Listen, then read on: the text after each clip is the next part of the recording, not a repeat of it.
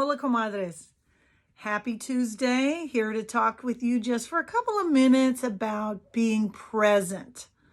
I saw a little thing on TikTok yesterday, and it was about I want to be the perfect mom, and then it was crossed out, I want to be the present mom.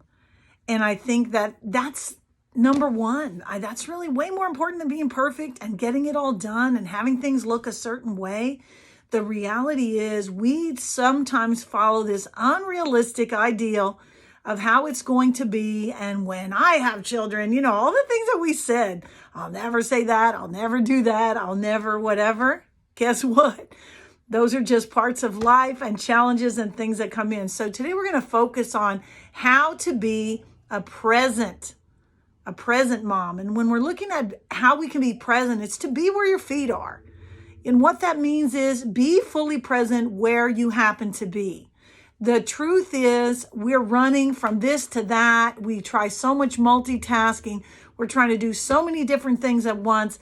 And the one thing that we're missing out on is the true being present to those we're around. And whether it's as a mother, as an employee, as a leader, as a partner, as a daughter, if we can be present to those that matter to us, it's going to start developing strength in the relationship.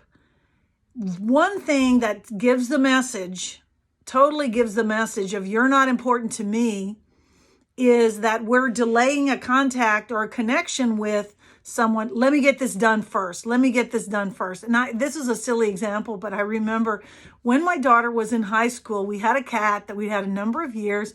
She was sitting at the computer and working on some homework, and the cat jumps up into her lap and even puts her paws there on the keyboard. And she's like, "Get out of here, Angel. I don't have time to love you right now." And I just looked at that and just well, Angel doesn't know. She's not going to schedule time for you to love her. She just expects you to love her 24/7, infinity and beyond. And I remember joking with my daughter and saying, there's going to be a time when it's not a kitty cat. Maybe you're going to be a mom someday and your child never wants to hear, "I don't have time to love you."